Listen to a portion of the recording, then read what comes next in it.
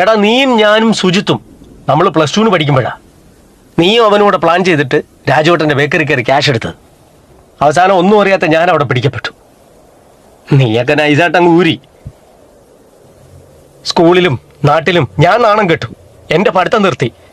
അവസാനം നിങ്ങൾ കൂട്ടുകാരെല്ലാം കൂടെ ചേർന്ന് എനിക്കൊരു പേരിട്ടു, ഇരട്ടപ്പേര്, കള്ളൻ സുഗു.